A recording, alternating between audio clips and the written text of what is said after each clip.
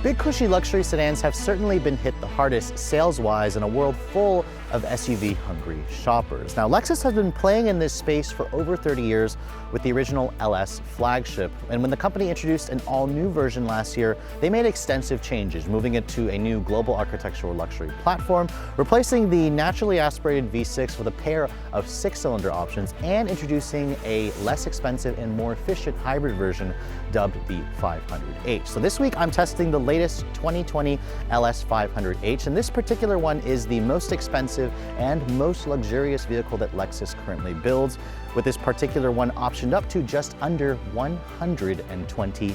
Now that's a lot of coin. However, my tester with the executive package does have a back seat that would make most business class passenger jets green with envy. So if you guys are a wealthy executive with some coin to spend, does Lexus still know how to build the ultimate luxury sedan?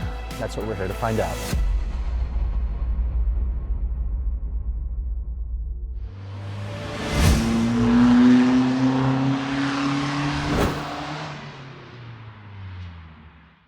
So typically when I do these videos, I always start out with the exterior of the car. However, the magic of the LS really lies in the back seat, more specifically the passenger side rear seat, because my tester has a $23,000 executive package that literally turns this into the nicest back seat that I've ever experienced in a Japanese car. And it reminds you constantly that Lexus still knows how to build a world-class luxury sedan. Now, obviously, it doesn't look all that impressive right now. Lexus says you get around 39 inches of legroom when you have it set up in this normal configuration that most people will probably have it in. Now, there is a 7-inch LCD screen over here in the center stack, and there's a lot of controls in here because these seats back here adjust in like 24 different ways, which is basically the same as the front seats, and I've never seen that before because there's a button here that you can push that makes that front passenger seat, only this side, if nobody's sitting there, it knows if somebody's sitting there, completely move forward and fold out of the way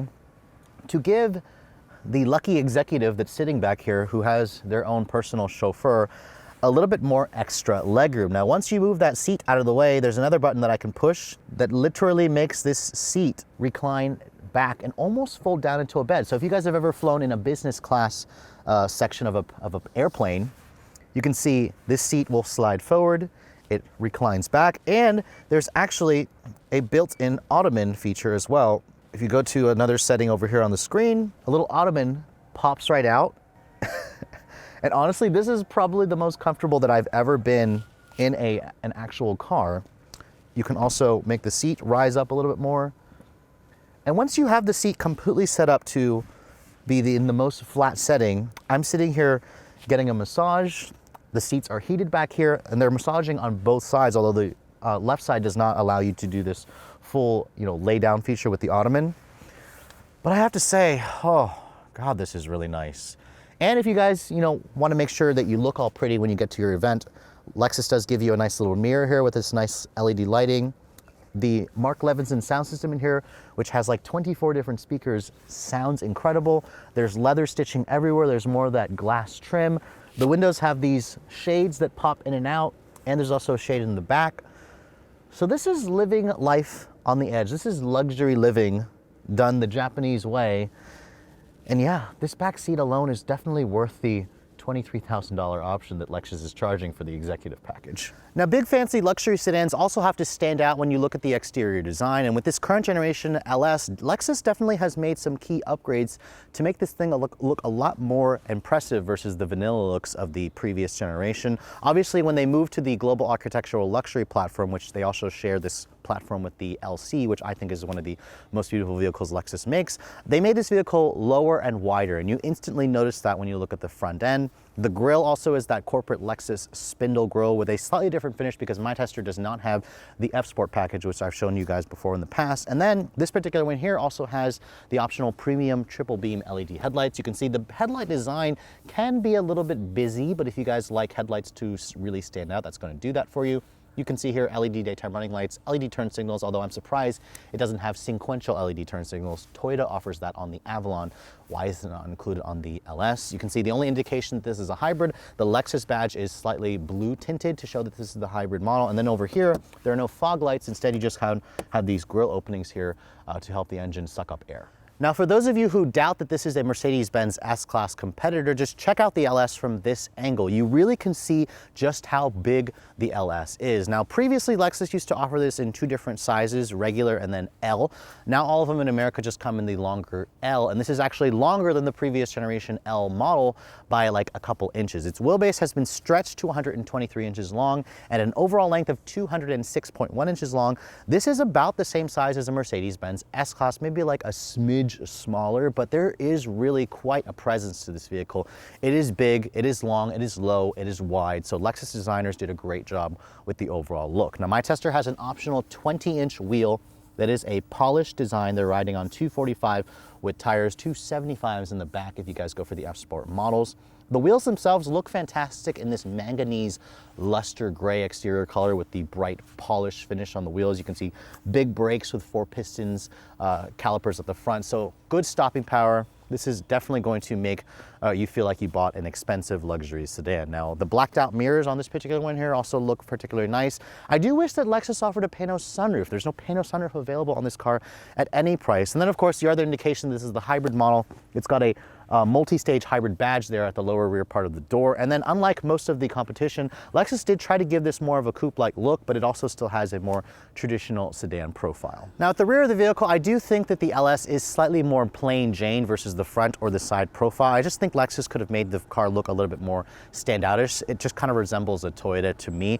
There are some nice premium details here, like full LED taillights. You can see LED turn signals, an LED tag light. This particular one here has a blue accented 500H badge because this is the hybrid. There's also a very small, subtle all-wheel drive badge. Now, because this isn't the F-Sport model, you can see there's more chrome trim back here, and then there's no visible exhaust tips. That's fine because this is, again, a hybrid version. Now, if you want to open up the trunk, it does have a power opening and closing trunk feature, which is pretty much what you expect in a vehicle like this. And because this is the hybrid, you do get slightly less trunk space versus the gas model. It's rated at 15.2 cubic feet of space versus the 17 you get in the gas model. And because this one has the executive package, the back seats don't actually fold down, which is fine. As with most big luxury sedans, the magic really happens when you step into the interior. So let's check out the latest flagship Lexus model. The first thing I want to show you guys, here is the current Lexus key fob. Their intelligent access key with smart entry does come standard. The key itself looks nice, feels nice. It's different versus what you get on a Toyota. So it kind of reminds you again that this is no ordinary Toyota product. Now, as you approach the door handle of the latest LS, you can see, just like other Lexus models, there's a little area where you can touch your finger there. That will lock the doors, and then it will electrically fold in the mirrors. To unlock it, just touch the back of the door handle with the key fob on you, and that will unlock the door for you. Now, you guys saw right there, let me shut the door again and show you, the seatbelt buckle of this vehicle is actually motorized. I've never seen that in any other car before, so that's a really interesting detail that I wasn't expecting. And my tester has basically the way that I would configure an LS myself in terms of options. I don't love the black interior, but this upgraded semi-aniline leather with the perforations, it's heated and cooled. They're adjustable in like 24 different ways, or maybe it's like 30 different ways, I lost count. They also are massaging front and rear because my tester has the executive package that rolls in this hand crafted Crico glass, which I'm probably mispronouncing it. This glass trim is part of a $23,000 option that includes the executive package that gives you the massaging, heated and cooled front and rear seats, which I'll show you guys the rear seats in just a moment. It also has this really interesting detail where it's got this hand pleated cloth material all over the door panel. I've never seen that before. It adds a really nice detailed layered touch. You can see there is some LED lighting in the door panel itself, but the glass itself doesn't light up, which really kind of annoys me. Down here you can see it's all leather stitched and soft touch, so you really kind of expect that. But if you guys don't like black, this executive package only comes with a black interior. The new Inspiration Edition, which Lexus is only building 500 for 2020, does offer a black and white interior with this Crico glass trim, so that's just something to keep in mind. If you guys don't get the executive package, Lexus does offer several different warmer colors, which is definitely appealing more to my taste. Now, getting inside the latest generation LS, it's been a couple of years, or it's been a year since I drove this vehicle, maybe almost 2 actually, but shutting the door, my tester does have the soft closed doors, so all you have to do is just kind of click the door and it will shut it. If you don't use the soft close feature, just kind of close it, and it has a really nice solid thunk to it. Now, just like every other vehicle with push button start, just put your foot on the brake, push the power button over here, to turn everything on. And as you can see, because this one is the hybrid model, there is no traditional engine starter noise here. Instead, it just kind of whirs to life. There is a small 7-inch LCD screen over here with 2 actual analog needles for your engine temperature and your fuel economy, or your fuel gauge. I will say that these gauges look like they came straight out of a 2000 era Lexus. This actual needle over here, this looks slightly more modern, but it's definitely small. Lexus needs to work on a newer LCD screen for the instrument panel. I just think that this is very dated, very small. It is interchangeable. I have it in its normal setting now. Click it over to sport. You can see it changes to attack and a white color. You kick it back to normal and comfort, go to eco. It gets rid of the tack again. So this is a nice looking system, but it's kind of behind the times considering some of the newer, the other manufacturers offer you the ability to put your GPS in the actual instrument panel cluster, whereas Lexus doesn't give you that option. Now over here you can see there's the 12.3-inch Lexus infotainment system with their horrible trackpad mouse controller here, which some of you will probably really not like. The rest of this interior, you can see it's a very interesting design. I finally understand what this little pattern is because it actually matches that what you get on the glass, but you have to get the glass trim to understand what that pattern actually does, and it's lit up, so it looks cool. There's genuine leather all over this dash. There's real metal trim. I like the way the vents kind of, have this interesting sweep across the dashboard. It makes the dashboard feel a little bit more, or it makes the vehicle feel more wide. You have soft touch leather on every portion of the dash. It's even soft touch down here, which is lovely. The leather kind of extends onto the door panels here. We have an aluminum door handle. You have one-touch automatic up-down for all 4 power folding mirrors. It's, leather stitched everywhere. So this interior is very, showing of the fact that this is the flagship vehicle from Lexus. I also like the newer Lexus steering wheel. It's a power tilt telescoping. It's a heated wheel, as you can see. Lots of buttons on the wheel. I love the way the satin matte finish of the Lexus emblem is. It just all feels and has a nice high quality click to it. You basically expect this when you're driving a Lexus product. Now over here on the center stack, you can see there is a volume knob here and a tuning knob. I like how Lexus does volume on this outer part and then tuning on the inner part. So that's a really cool feature for me. You have tri-zone climate control in this vehicle, which is nice. You can see there's your click wheel. It has a little separate LCD screen for the actual temperature.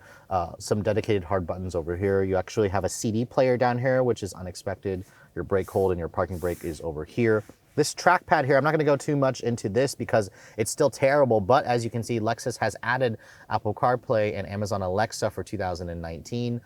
There is no Android Auto, so sorry Android users, there's still none of that. But if you want to pull up Waze, for example, you can see it takes up the entire portion of the screen and that's good because the Lexus GPS system, when you guys go back to that, is just horribly dated. I just can't believe that Lexus is still using this old map display. They really need to come up with a new display. The screen size is good, but just the overall graphics looks like they came out of a Toyota. You can see there's your home. When you hit the home or the menu, this is all your different sources. Climate, the thing about this vehicle is if you want to adjust the heated seats, you have to go into the screen over here. You can see there's your front climate control, your rear climate control, rear seat. So you can adjust the rear seat. And as you can see, I'm trying to go through this stupid interface with this horrible trackpad, which is just overly either too sensitive or not sensitive enough. And I oftentimes will miss what I'm trying to look for. And that's very, very frustrating. So those of you who don't like this, I think Lexus just needs to throw this away, come up with a completely new touchscreen interface. Touchscreens are really what people want nowadays, as opposed to this stupid, horrible trackpad. Now, there are a couple of shortcut buttons here, like map, menu, a back button over there. And then over here, you can see adjustable air suspension.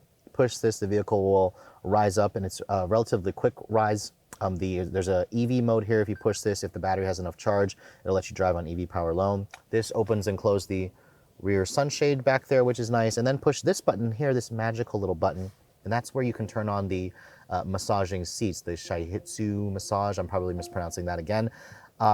Massaging seats on all 4 seats, which is lovely. My favorite is definitely this one. You can adjust from 5 different levels of intensity, and the massage works as well as any other European brand that I've tested, way better than what you also experience in some of the Cadillac models. So love the massaging seats. You have to go for this executive package trim to get the full massage. This interface here is still horrible, but at least they've made it a little bit better with Apple CarPlay and Android Auto, so you can't have it all. Now over here you can see there is a cup holder here, slightly more storage. If you put the vehicle into reverse, you can see Lexus does give you a full 360 camera and a backup camera and parking sensors front and rear.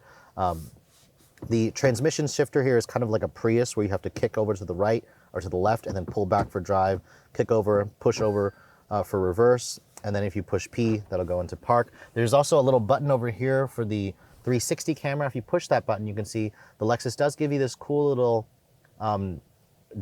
display demo of what's around the vehicle. And you can also change, you can go to a driver field of view where it actually will show you a full perimeter scan of what's around the vehicle. The graphics don't look very impressive for me. I'm slightly disappointed with the graphics. The screen itself just looks a little bit dim, although I can try to brighten it up a little bit. This is on full brightness right now. It could be a little bit nicer. Obviously if you sit inside the latest Audi, the latest Mercedes products, they just give you a slightly better looking camera quality display. So I know Lexus can do better. You can even change the color of the vehicle there if you'd like. Lexus can do better. They really need to do better if they want to continue to be considered tier 1 players. Now, the head-up display, as you can see, is one of the largest in the industry. It's a 24-inch display, and it looks fantastic. I love heads-up displays. This is included, of course, as part of the options on my tester. The center console you can see here is big. It's got 2 USB ports, a good amount of storage, which is great because most luxury sedans like this are missing storage. Above me, no panoramic sunroof. Some competitors offer that. Lexus sadly does not offer that. The seats, as I said, adjust in like 24 different ways. Super comfortable. Love the perforated leather with the contrasting stitching. It looks good. The glove compartment, as you can see, it's damped, lined with felt. It's not lit up though, which surprised me. And it's also a little bit on the smaller side. So obviously Lexus has made some key updates to the interior, mainly that Apple CarPlay, but if you're looking for a pano sunroof, you're looking for adjustable mood lighting, sadly, that is still unavailable in the latest generation LS. Now, another area that makes the LS a little bit more unique than some of its European competition is when you look underneath the hood. Now, currently, Lexus only offers 2 powertrain options on the LS. The LS500 gas-only model, which I've shown you, which has a 3.5-liter twin-turbocharged V6. This is the more eco-friendly option. It's also a 3.5-liter V6, but it's now naturally aspirated, and it's mated to 2 electric motors. Now, on its own, the V6 puts out about 295 horsepower. Lexus does not quote the torque figures typically on their hybrids, and they also offer up 2 electric motors, like I said. This one here offers all-wheel drive, so it's the all-wheel drive model. In the past, Lexus used to only offer rear drive on their hybrid models, so it's nice to see them putting all-wheel drive. When you combine the output of the 2 electric motors with the gas engine, Lexus says you get a total of 354 horsepower. That is less power than what you get in the gas-only models, so I do think Lexus needs to beef up the power. And if you guys are looking for like full battery electric power, this will power the vehicle on electricity alone. However, it doesn't actually have any electric only range. So I would like to see Lexus beef up the battery in the future and add a plug-in aspect of this vehicle. I think they should easily be able to give us like 50 miles of EV only range. That'd be nice, especially when you have their range topping vehicle. Now, because it's a hybridized powertrain, you do get improved fuel economy. This is rated at 23 in the city, 31 on the highway. Please be sure to put premium gas in this thing. That is about a 3 mpg improvement over the gas-only model. Unfortunately, when you have all this weight, this does make it the heaviest Lexus LS in the lineup. It weighs just over 5,000 pounds, but that is several hundred pounds lighter than the old 600HL, which had a V8, and this also improves the fuel economy on that model by like 6 mpg. So it's a big improvement. The transmission on this vehicle is also interesting because it's a multi-stage hybrid system, which means it's got a 4-speed automatic paired with a planetary CVT to give you the feel of a 10-speed transmission. Now, that's all going to come out to an interesting driving feel, which we'll talk about later on in the test drive. But Lexus does claim you'll get to 60 in around 5.2 seconds, which is about a half a second slower than the gas-only version. So it's about 7:30 a.m. The sun is just about to rise, or it's starting to rise, so it's right around the time where it's a little bit dark outside because the car's headlights are on. I wanted to show you guys what the interior was like of this vehicle when the lights are on. And I have to say, for an interior that is filled with Crico glass, this glass trim, this Japanese glass trim that's absolutely gorgeous. It even matches the pattern that's on the dash, as I said, that lights up. This interior lighting in here is very disappointing. I mean, there's some small accent lighting in the door panels of each door, But I expected this here to light up. I expected the glass to actually have an LED light behind it that lit up, that allowed me to change colors. So Lexus seemed to have forgot about that detail with the interior lighting at night. Now, the 2020 Inspiration model apparently has blue LED lighting on the inside, but it's just one color. Lexus doesn't offer it, in multiple colors. So Lexus definitely needs to work on the interior lighting, especially for their flagship model. This is a car that should have very intricate, very fancy lighting that you get in a lot of the competition, specifically from the German brands. But driving around the LS500h in the most premium state with the executive package, I'm sitting here getting a massage from the seats. It's got a Shiatsu massage. I'm probably mispronouncing that. It's got a heated steering wheel, heated seats, heated and cooled seats. I mean, this car is just so immensely comfortable. It's pretty easy to see why so many people, still prefer a big, comfortable luxury sedan, because there is something appealing about it still. I mean, the ride quality is cushy. You sit lower to the ground. You don't feel like you're driving around this, heavy, massive SUV that's a gas guzzler, for example. And because this one is the hybrid model, when you're sitting around in traffic, like this morning rush hour that I'm sitting in, the engine shuts off and it powers along on electric power alone, which is quite an impressive, thing to have in a big luxury sedan. Now, of course, those of you who've driven like a Tesla Model S, that's nothing new to you. But keep in mind that, hybrids in this segment are fewer and farther between. I mean, BMW has one, Mercedes had one. I don't think they have one for the current S-Class. And then, of course, Audi does not have an actual hybrid version of this. So I do think that Lexus still needs to beef up the battery and give us a plug-in version of this where it gives you more electric-only range. But when you're stuck in traffic, the LS, does a good job of just being a quiet, comfortable, serene cruiser. The one thing I do want to comment on is this massaging seat. I have to say, this seat is really, really comfortable, and the massage is just as good as what you're going to find from Volvo, from BMW, from Mercedes, from Audi. So bravo on Lexus. Now, if only they could fix the interior lighting, because it is very, very dull in here. Now, the beauty about having a sedan is when you put the vehicle into sport mode, it's supposed to be able to still be fun to drive, unlike SUVs. And Lexus specifically made this generation LS way more sporty. It's on the new global architectural luxury platform. It's a rear drive platform that's very balanced, that is available with all-wheel drive like my Tester. It's hunkered down, lower to the ground. The steering has been sharpened. This is still a relatively fun to drive car when you guys put your foot down and you attack some corners. Now, you will always feel the length of the LS. This is a very long car. It's practically as long as the current S-Class. The hybrid model is interesting because it is about $4,000 more expensive than the gas-only version of this car, but it's not quite as quick, 0 to 60. Lexus says you're gonna get to 60 in around 5.2 seconds with the hybrid. The gas model will do it in 4.6. It actually is still relatively quick. I mean, you've got two electric motors that help, fill in the gaps. This is a naturally aspirated engine, unlike the gas-only model. And when you put your foot down, it is an interesting noise that it makes. The transmission in this car also plays a role in making this thing feel super weird when you're driving it, because it's a 4-speed, automatic paired with a CVT, and it actually has shifts. Like, I put my foot down here, and you can see it's got a very synthesized induction howl, which is very strange, but the LS500h does surge forward with authority. Doesn't feel obviously as quick, as the V8s you get from a lot of the competition. Some of you are probably sad that Lexus doesn't offer a V8 anymore in this generation, but who knows? They could bring it back. They are working on a new V8 for the LCF. I don't think Lexus would actually do an F version of this, but a V8 probably still would fit underneath that hood. You guys saw there is plenty of space. Now, let's put the vehicle into its normal drive mode here. I'm gonna actually turn on the adaptive cruise control for this car, because my Tester does have the full Lexus Safety System Plus A, or Lexus Safety System A+, which is like their highest tier. We'll set the cruise here to 65 miles an hour. And let's just see how this car does in terms of the driver assistance tech. Now, obviously, with a big modern luxury sedan like this, you expect it to be very good in terms of the tech department. This now has active lane trace assist. It's got full speed range adaptive cruise control, although for some reason the lane trace assist is not turning on. steering assist active, but it's not actually turning green. This vehicle will not change lanes for you, but it does have lane change assist.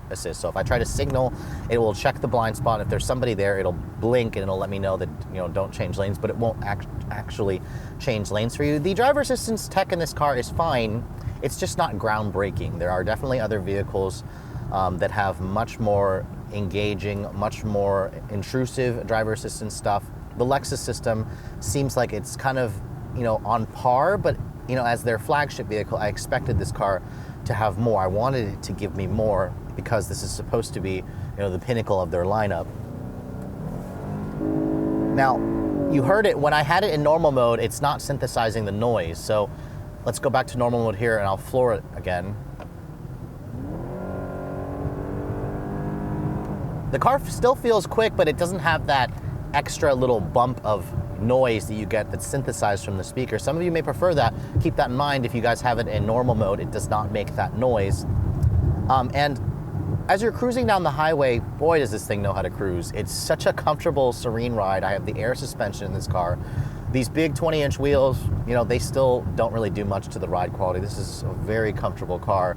The visibility in here is good, although because it's lower than the previous generation, you can feel that the windshield is kind of small.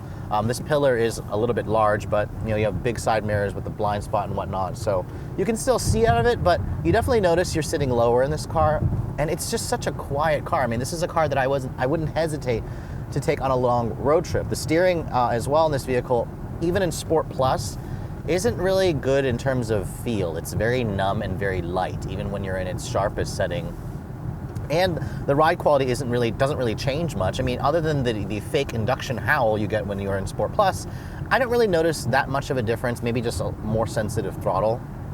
The massage in this car works incredibly well. I'm just genuinely enjoying it. Like, this is a car that I wouldn't mind driving, but I also wouldn't mind sitting in the back seat because it's such a comfortable back seat. But keep in mind, if you've got a passenger here in the front passenger seat, it's not gonna be quite as comfortable because you can't obviously move the seat completely forward.